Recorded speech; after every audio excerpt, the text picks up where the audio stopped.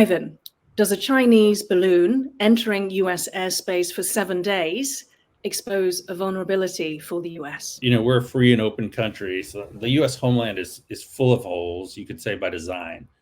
Our internet's vulnerable, our land borders are vulnerable, right? Our maritime borders are also quite vulnerable.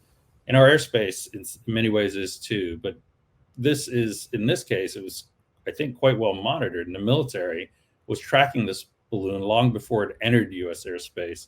So it might just be a procedural issue. And I imagine US officials are going to revisit some of the criteria they have regarding notification to senior policymakers going forward. You said that it was tracked, Ivan, but nonetheless, it still remained there for 7 days collecting. If it was, equipped with all of the intelligence gathering, it still did that for 7 days.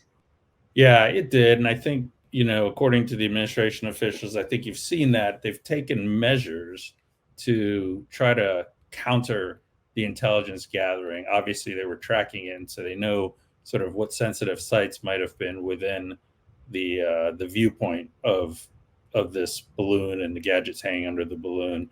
So they've tried to mitigate some of those activities, and then obviously at the end of the day, the Biden administration went ahead and took it out. The Chinese say that this was a weather balloon. If evidence is gathered to prove otherwise, what next? So I think that China said it was mainly a weather balloon, which is interesting to me. It's almost an admission of guilt. The U.S. and China have been spying on one another for decades, right? And ultimately, though, neither country should, based on international law, send aircraft into the other country's sovereign national airspace, which is what happened here. And so I just think the U.S. government was very much well within its rights to take down this device, this airship, and then collect the wreckage and exploit it. So, Ivan, are you saying that even if this balloon wasn't gathering intelligence, it's still the violation and still serious? And if that's the case, how does the Biden administration show China that there are consequences to this? That's right. It's still a violation. It's a question of, entering another country's national airspace without having been given permission to do so. And so either way, there are consequences. Obviously, one of the consequences is that the U.S. government took it out. I think going forward, we'll see what the Biden administration does in order to deter any further attempts at this type of surveillance. And maybe that was enough. I think only the future will tell us.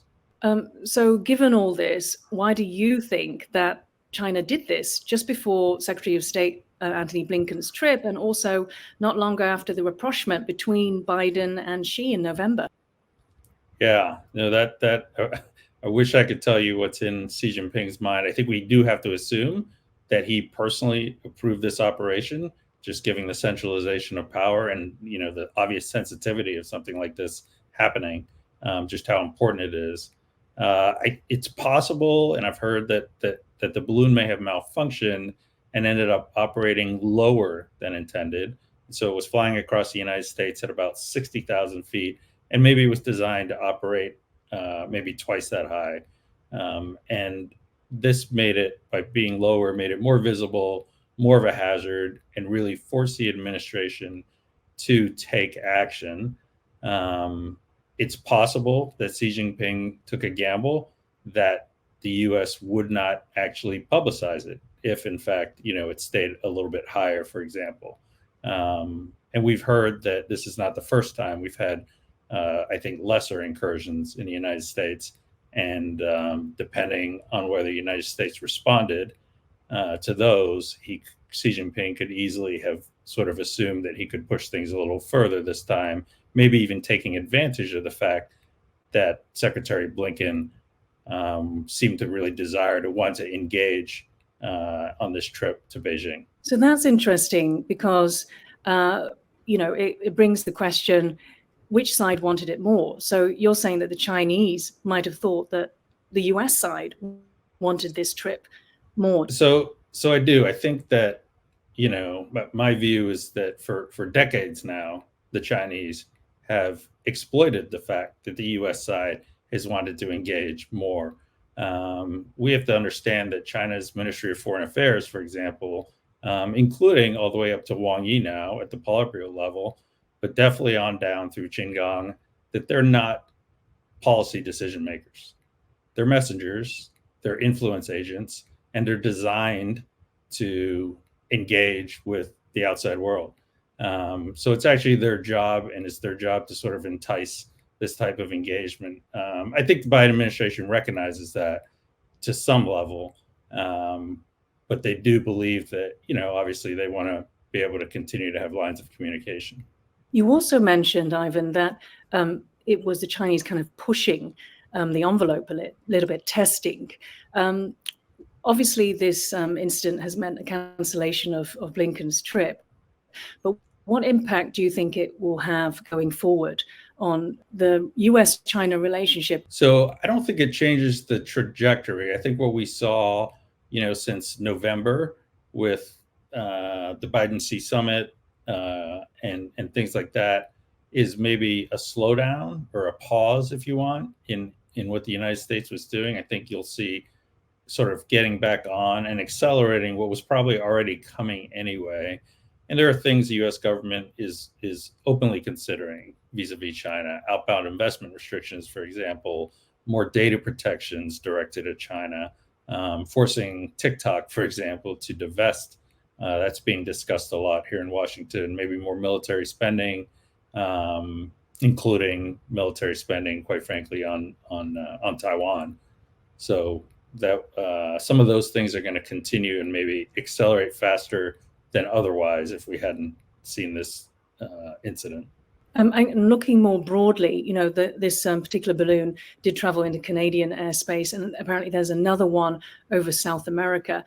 What do you think this whole broader issues impact is having on China's foreign relations as a whole, given that it is trying to have this sort of like soft diplomacy with the sort of like the big comeback of China? Yeah, no, it's interesting. I think, the United States has now publicly said that, these balloon surveillance craft, these airships have now been over, 4 or 5 different continents, over many other countries. If I'm not mistaken, President Tsai Ing-wen has said that they've passed over Taiwan. So I think as this more and more comes out, I'm sure the United States has shared some of this intelligence with its closer allies, but now that it's public, it'll be shared much more widely, and again with probably more information dripping out to the public, and this will, of course, impact China's sort of reputation if they're actually flying, again, airships over countries' sovereign national airspace. And let's talk about Kevin McCarthy's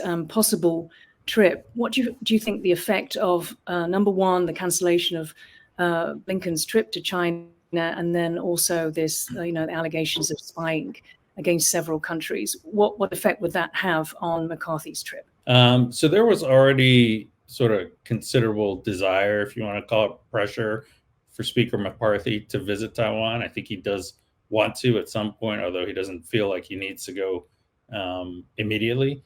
The events of this week will definitely take some of the air out of those in Washington, pun intended there, but take the air out of those in Washington who are advising against it. So we'll see sort of how things evolve as he works out his schedule for the rest of the year. U.S. House Speaker Nancy Pelosi's trip, and now we're possibly seeing another U.S. House Speaker's trip. Could this have a devastating effect on U.S. China ties, given that Blinken was meant to go to smooth things over? Yeah. And so I would say that if you ask the administration, and I won't put words in their mouth, but Blinken wasn't necessarily going to smooth things over. He's going to maintain open lines of communication, as I say, to help set a floor on the relationship. That's very different than smooth things over and have what we would call a good relationship, if you want to hark back, more than 5 years ago. And I think the point here is that I don't necessarily think that U.S.-China relations are at their worst. I think that, in several decades, I think that you could say that they are at their most honest and most frank. and maybe in a lot of ways that's good, because that may actually allow us to avoid miscalculation and misunderstanding in a much more effective way than sort of papering over all the problems that we did for really a couple of decades there.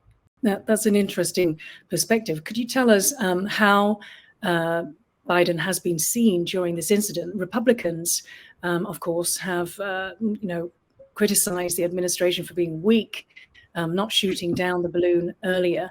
What sort of cost has there been to Biden domestically, especially since we're in the year before presidential election?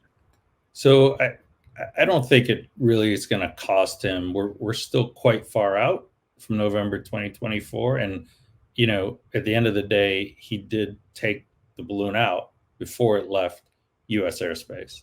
And there's probably some safety reasons for that. There might even be some exploitation reasons for that. I think, the furor will probably calm down a bit after some time on this. And I think there'll be a lot of other factors, though, that do play into the 2024 election going forward.